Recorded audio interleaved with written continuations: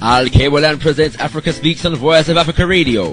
Weekly discussions and live debate on all issues affecting the African community, at home and abroad. Tune in Mondays 8 to 10 p.m. and have your say as we talk it straight and make it plain on voiceofafricaradio.com or 94.3 on your FM dial.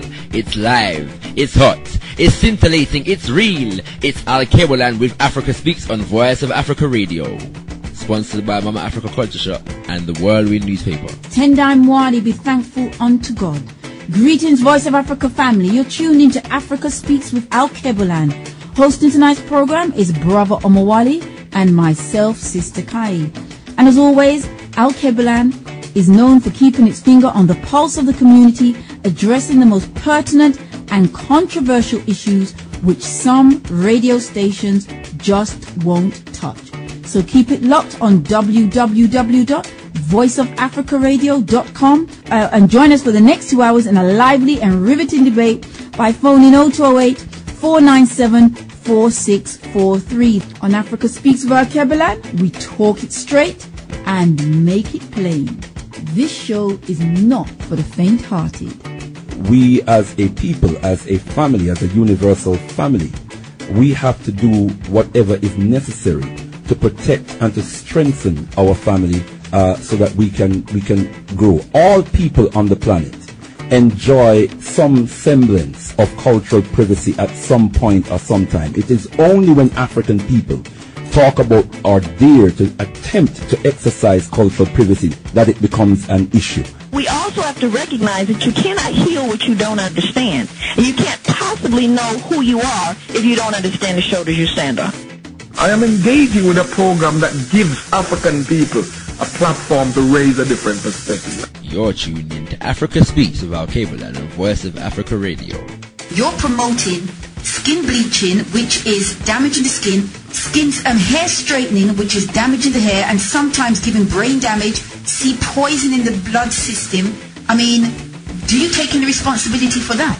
Well, no, if you put it like that, of course I wouldn't. I take on board a lot of what's been discussed. Okay. And and it's interesting to hear how different people react. Africa Speaks with Alkebulan on Voice of Africa Radio. We talk it straight and make it plain.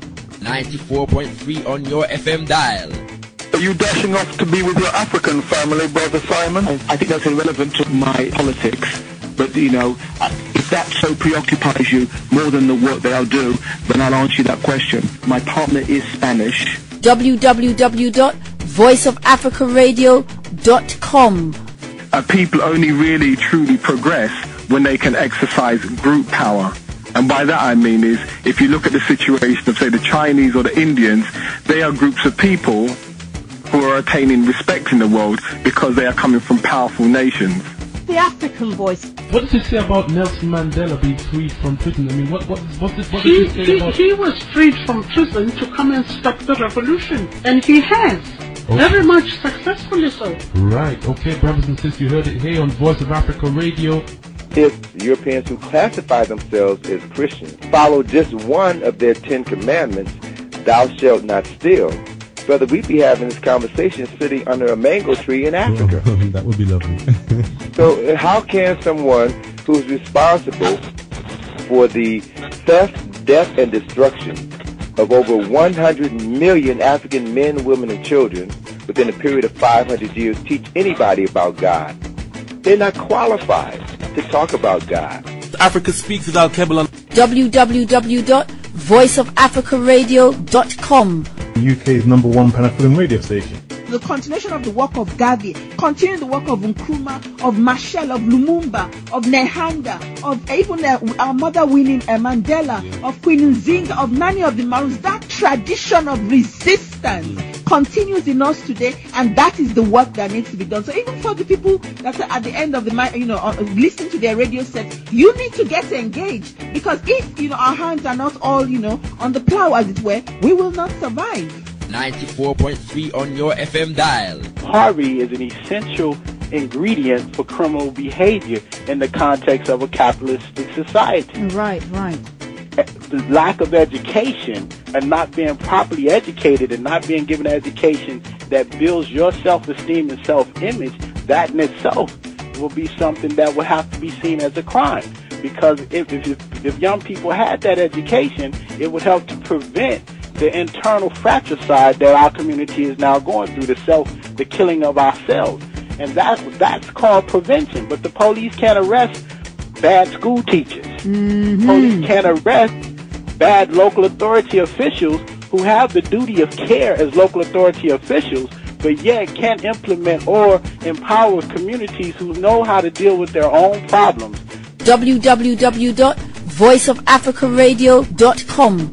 The judiciary, British colonialism forced upon the African people of Ghana at in the negotiations for independence, a judiciary that was trained, right, and directed by Britain. Right. A civil service that was trained and directed by Britain. Sir Akukosa, who was the Chief Justice at the time, was a knighted officer of the Queen. So does a knighted officer mean that he's corrupt? Of course, yes. One cannot compare, first of all, the traumas associated with slavery and that with the Holocaust. There simply is no comparison. There's not even a comparison in the number.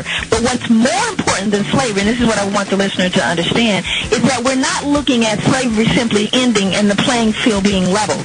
What followed slavery was more oppression. There is a myth that, you know, the bootstraps theory, you know, can we all get along, just get over it. We have never, ever recovered because we have been relentlessly pursued. We talk it straight and make it plain. Now, the IMF introduced some specific rules throughout all black countries, right? And that decided our future from 1985 up to maybe 2005. Okay, Brother Adewale, you heard Prince Justice, did you? I disagree with him totally on that. For heaven's sake, are we saying that we're not wise enough to the fact that we can actually take the responsibility of leading our country in the right direction? We cannot take that into our hands. We have to realize that this is not a Nigerian problem on its own, and it has to do with all other black countries. But you have to understand you have a problem first. You have not shaken off the colonization. It's crucial that our people take note of this dangerous phase of neocolonization of Africa. And we in the diaspora have a particularly important role to play by unifying ourselves with our brothers and sisters on the continent in all of the revolutionary and progressive organizations. We as African people, we really need to study our history. UK's #1 Pan-African radio station. Every African, and I mean in the words of Peter Tosh, no matter where you come from, as long as you're a black man, you're an African. I mean African in that sense. Africa Speaks at Alkebulan and Voice of Africa Radio. What everyone needs to understand is that every nation in Africa, the United States government has had an influence and continues to have an influence. The United States government continues to give support to every country in Africa. What we are saying is that AFRICOM is not a panacea to Africa's or Liberia's problems. But if AFRICOM decides that it wants to have a base in Liberia, Liberia would set the stage and the tone by which it must come.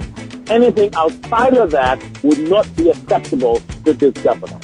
You know, although, you know, I disagree with, you know, obviously some of the callers and some of the opinions, you know, I do appreciate them because, you know, none of us are beyond reproach, you know, regardless of how good our intentions are. So, you know, I appreciate that. You know, I appreciate, you know, what people have said and, you know, I take it on board definitely. We talk it straight and make it plain.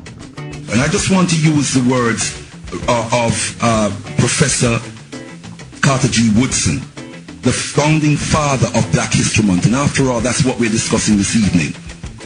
He says history shows that it does not matter who is in power. Those who have not learned to do for themselves and have to depend solely on others never obtain any more rights and privileges in the end than they did in the beginning. And that is what worries me. Tenai Mwale.